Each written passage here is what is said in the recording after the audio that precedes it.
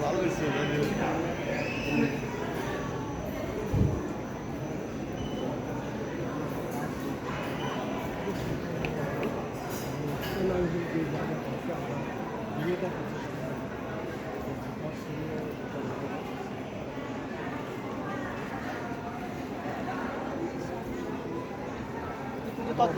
Bangladesh